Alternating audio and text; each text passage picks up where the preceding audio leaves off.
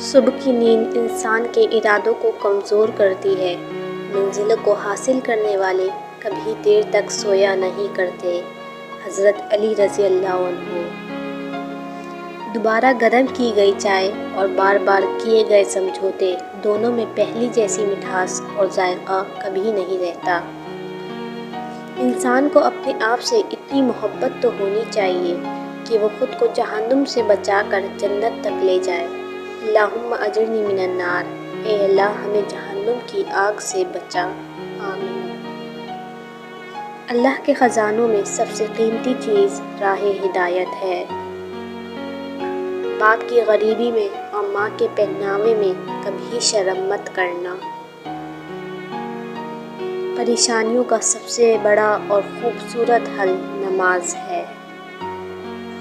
فجر گئی نور گیا، ظہر گئی دولت گئی، عصر گئی صحت گئی، مغرب گئی کامیابی گئی، عشاء گئی پرسکون نیند گئی۔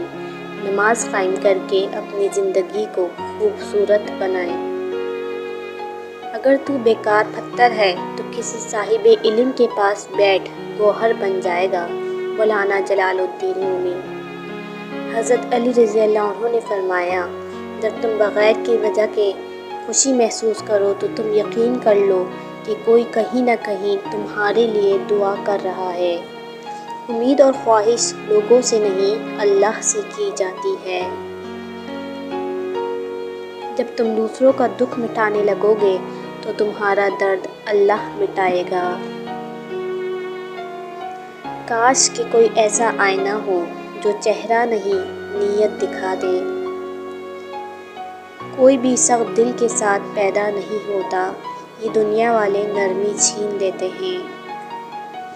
سورہ رحمان۔ جب اداس دل ہو اور وجہ بھی سمجھ میں نہ آ رہی ہو تو سورہ رحمان پڑھ لیا کرو، دل کو سکون آ جائے گا۔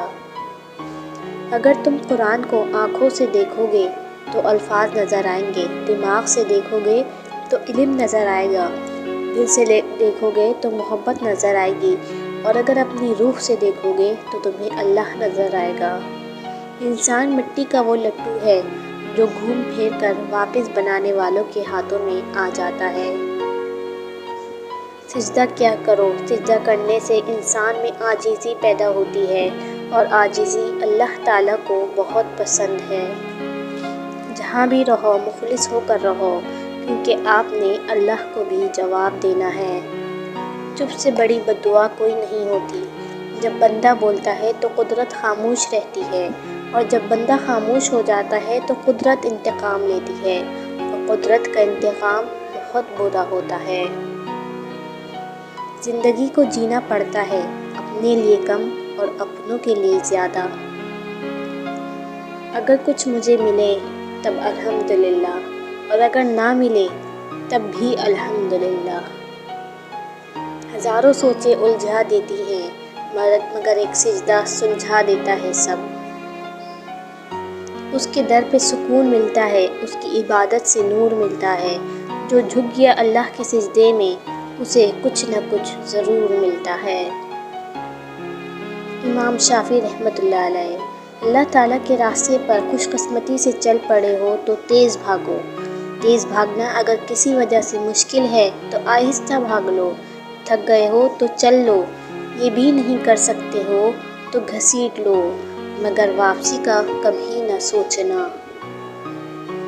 مایوس وہ ہوتا ہے جو اللہ پر یقین نہیں رکھتا، اور محروم وہ ہوتا ہے جو اللہ کی نعمتوں کا شکر ادا نہیں کرتا۔